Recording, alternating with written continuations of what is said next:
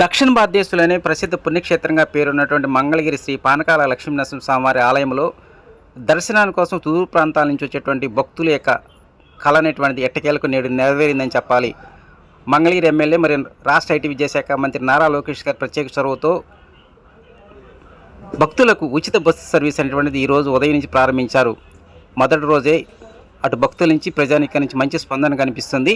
ఒక్క రోజులోనే దాదాపు 10 నుంచి 15 ట్రిప్పులు ఎగువ ఘాట్ రోడ్ దగ్గర నుంచి దిగువ సన్నిధిలో ఉన్నటువంటి స్వామివారి దర్శనం కోసం భక్తులు పెద్ద సంఖ్యలో ఈ బస్సు ద్వారా స్వామివారిని దర్శించుకున్నారు. రేపటి నుంచి ఈ బస్సు ఉదయం 6 గంటల నుంచి సాయంత్రం 4 గంటల వరకు యథావిధిగా కొండపై నుంచి దిగువ వరకు ఉచిత సర్వీసులు నిర్వహించడం జరుగుతుందని ఆలయ అధికారులు తెలియజేశారు.